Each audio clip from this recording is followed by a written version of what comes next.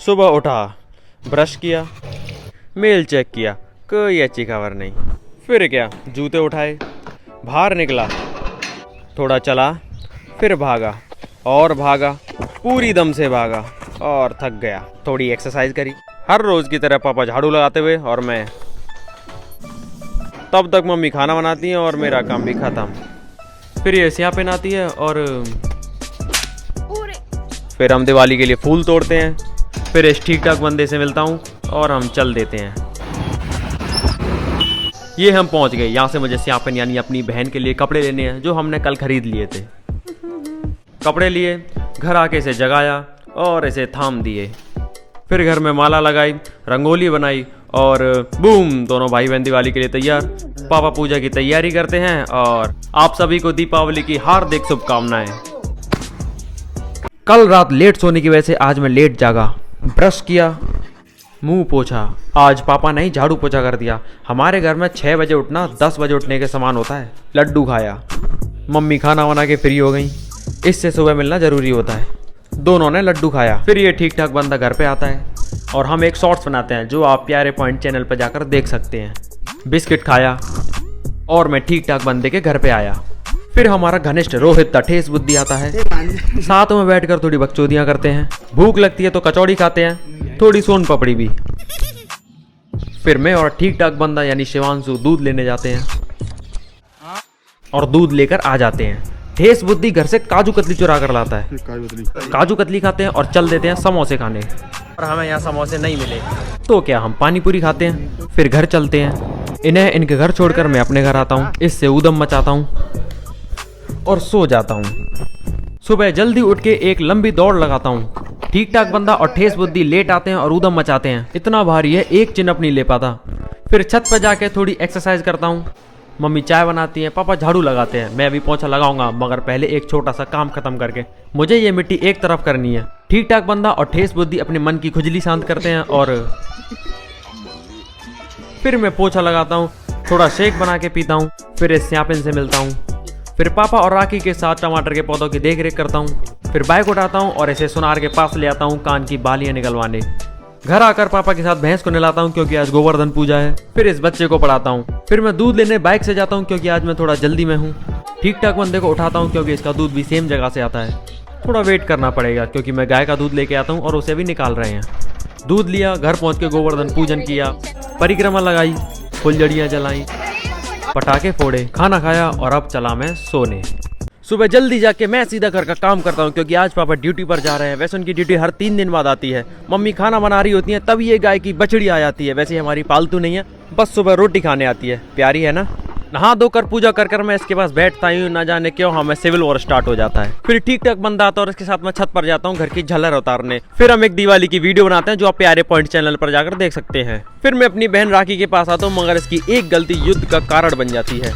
दूध लेने जाता हूँ तो मैं भारी भरकम चप्पलों को पहनाता हूँ जिनसे मैं चल ही नहीं पाता। जाने से पहले अपने भाई पंकज से मिलने आता हूँ मगर बदकिस्मती से वो मुझे घर पर नहीं मिलता। फिर क्या, इसे फुक्को पर चढ़ा के मैगी बनाता हूँ, बिस्किट खाता हूँ। ठीक ठाक बंदे को बुलाता हूँ क्योंकि वो बगल वाले घर में ही रहता है। मैगी खा के मैं चल देता हूँ फिर दूध लेने। जब तक दूध निकाल रहे होते हैं हम दोनों करते हैं थोड़ी बकचोदियाँ। लौटते वक्त हम चुनते हैं खेतों की तरफ से एक शानदार रास्ता जो कि काफी खूबसूरत होती है। वैसे एक बात तो है, गाँव में सुकून बहुत होता है। घर आके इस बच्चे का टेस्ट लेता हूँ, खाना खाता हूँ, इसे गुड नाइट कहता हूँ और सो जाता हूँ। सुबह जल्दी जाके मैं पोछा लगा ही रहा होता हूँ कि मुझे पता चलता है कि मेरी बहन राखी पर्दे धो रही होती है। इसी का फायदा उठाते हुए मैं इसे अपने जूते थमा देता हूँ। फिर मुझे पापा बताते हैं कि उनके फोन में दिक्कत आ गई है। एक्चुअली उनका फोन चार्जिंग सपोर्ट नहीं कर रहा होता है। फिर क्या, ठीक ठाक बंदे को बुलाकर जूते पहनकर मैं चल देता हूँ सीधा फोन ठीक कराने Vivo service centre. Service centre इतनी एकांत जगह पर बना होता है कि किसी को ढूंढने पे भी ना मिले। मगर ये क्या, इतनी भीड़। हमें 1 घंटे बाद की अपॉइंटमेंट मिली। अब 1 घंटा उधर बैठ कर भी क्या करते, इसीलिए हम डोमिनोज चले आए। फिर 20 मिनट खाने में और 40 मिनट सिर्फ बैठने के बाद हम वापस चल दिए सर्विस सेंटर। मगर वहाँ पहुंचे तो बोले लंच है, आधे घंटे बाद आना। मेरा दिमाग खराब, मैं वहाँ से वापस चल दिया क्योंकि उसके बाद भी करीब मेरा 1 घंटे बाद नंबर आता। फिर मैं पास में ही एक लोकल शॉप पर पहुंचा जो कि काफी अच्छी है। वहाँ 5 मिनट बैठकर 150 रुपए देकर मेरा फोन बिल्कुल सही हो जाता है। रास्ते में मेरी बहन का फोन आता है, कहती है भैया समोसे ले आना। फिर क्या, समोसे लेकर घर पहुंचकर मैं उसे थमा देता हूँ। समोसे हम दोनों के बहुत फेवरेट है। फिर इससे गुड नाइट कहता हूँ और सो जाता हूँ। मैं सुबह जागता हूँ कि ये दोनों टपक पड़ते हैं। घबराइए मत, बस ठेस बुद्धि यानी रोहित को शीर्षासन कराते हैं, मगर शीर्षासन करते करते इनकी दिमाग की खुजली चालू हो जाती है। फिर मैं मस्त मलाईदार दूध पीता हूँ और अपनी बहन को हेलो बोलता हूँ। मैं टेंशन फ्री होकर पापा के पास लेटा ही होता हूँ कि हमारे घर कुछ खास मेहमान आ जाते हैं और हम लग पड़ते हैं उनकी खातिरदारी में। खास मेहमान कोई और नहीं बल्कि मेरी कजिन अपने हस्बैंड और अपनी प्यारी सी बेटी के साथ आती हैं। फिर सभी लोग मस्त खाते पीते बैठकर खूब सारी बातें करते हैं और मैं इस बच्ची के साथ खेलता हूँ जो कि बहुत प्यारी होती है। इन सभी का फिर जाने का समय हो जाता है और इन्हें बढ़िया से विदा करते हैं, मगर असली मजा तो मेहमानों के जाने के बाद आता है जब हमें काफी कुछ अच्छा खाने को मिलता है और हम दोनों समोसों पर टूट पड़ते हैं। न जाने क्यों हमें बैठे बैठे सिविल वॉर स्टार्ट हो जाता है, मगर अभी मुझे दूध लेने आना होता है और मैं काफी लेट हो चुका होता हूँ, इसीलिए मैं टिफिन राखी को पकड़ाता हूँ, बाइक उठाता हूँ और हम चल देते हैं दूध लेने। दूध लेते हैं, घर पर रखते हैं और मैं इसे गुड नाइट कहता हूँ और सो जाता हूँ। सुबह जाग के फ्रेश होता हूँ कि ये दोनों मुझे लड़ते हुए मिलते हैं। अब रनिंग के लिए तो लेट हो जाते हैं, इसलिए हम बकचोदी कर घर आ जाते हैं। फिर ठेस बुद्धि रोहित को बिना सपोर्ट के शीर्षासन कराते हैं, मगर परिणाम कुछ ऐसा निकलता है। हम तो इससे काफी फिट हैं, इसे भी फिट कराने की कोशिश करते हैं, मगर इसके दिमाग की खुजली कभी शांति नहीं होती।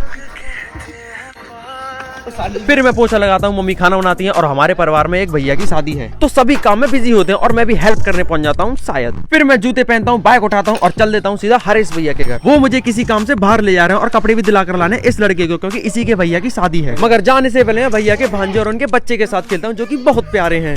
फिर हम पहुंचते हैं बहुत ही बढ़िया दुकान पर, बच्चू मसल्स, जहाँ पर इसे अपने बजट में कोई भी कपड़े पसंद नहीं आते। फिर मैं इसे एक दूसरी जगह पर ले आता हूँ जहाँ से एक ही बार में ये वाली ड्रेस पसंद आ जाती है। मैं तो बस ऐसे ट्राई करके देखता हूँ।